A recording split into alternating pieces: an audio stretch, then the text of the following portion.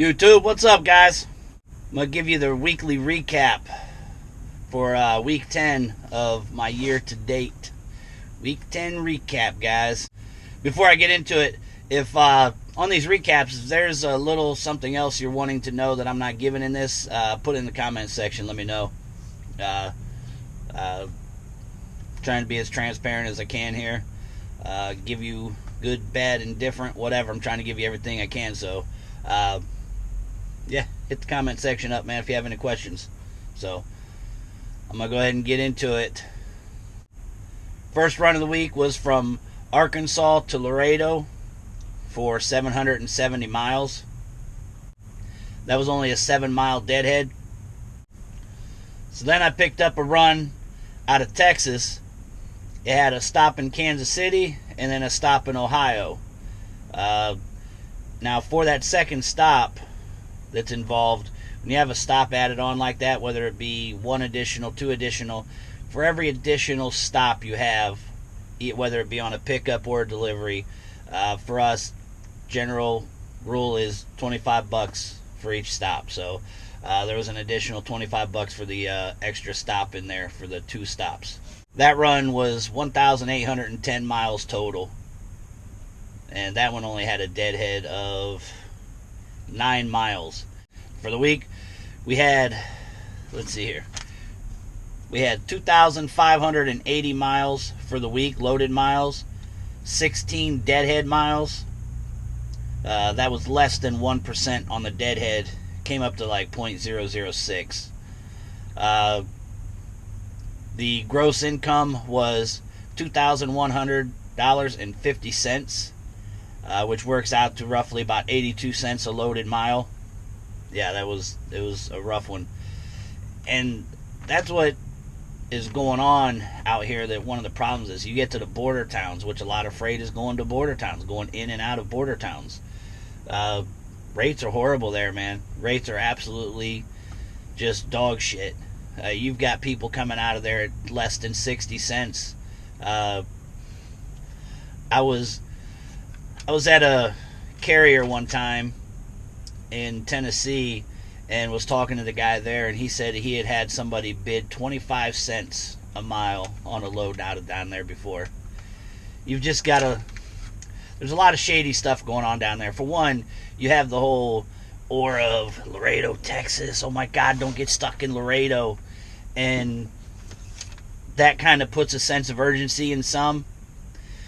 Then you just have the ones that are just flat out, they're just going to get what they can. And they don't understand their value. They don't have, they don't give themselves much value for what they do. And whether it be foreigners, whether it be just people that are barely scraping by, but you have a really bad thing with people getting multiple loads down there and putting them all into one.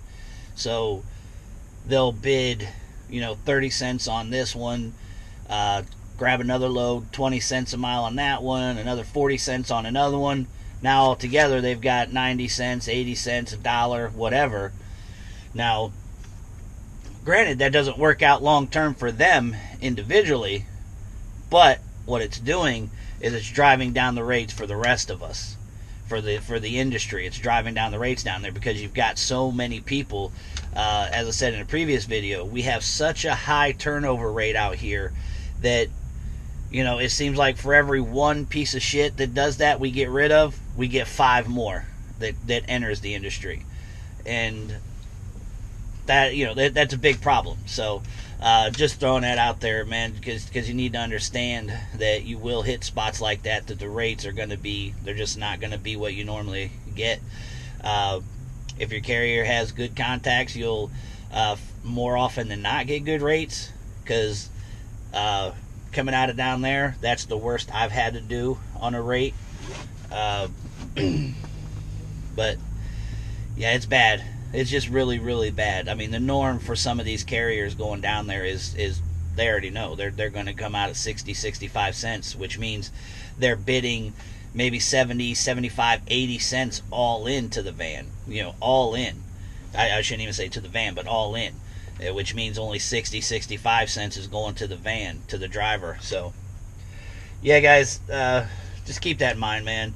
Uh, if you know what you're worth and only take what you're worth, it would help everybody else out. It would help the industry out. So always keep that in mind, man. Do you know get what you're worth?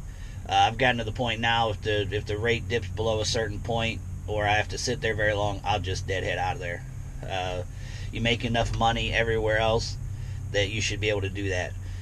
If not, and you're that desperate that you have to take that cheap ass rate coming out of there, then you're obviously not getting the money in miles or both, whatever, elsewhere. Anyhow, getting sidetracked. So I averaged out to 82 cents a loaded mile. Now my expenses were, I forget what I think my total expenses ended up being like 700 and something. I forgot to write that down. But my cost per mile when it was all said and done for the total of 2,596 total miles, the cost per mile to me was 28 cents a mile. That's adding my fixed cost of insurance per week, my fixed cost of what my van payment comes out to each week, and plus my gas stop. That if I have tolls, I'll throw the tolls on there, or if I needed a repair that week, I'll put the repairs on there, or maintenance. So that's how I'm kind of working it, just to give you a heads up on how I'm working that. So that was that. That was week 10. Any questions, any comments, leave them below or hit me up in an email. And I'm going to keep this one kind of short and sweet. And I've got a load that I've got to pick up here in just a little while. So I'm going to jump off of here. I wanted to get this out real quick. I should have done this a few days ago. And everybody be safe out there, man. See you in the next one.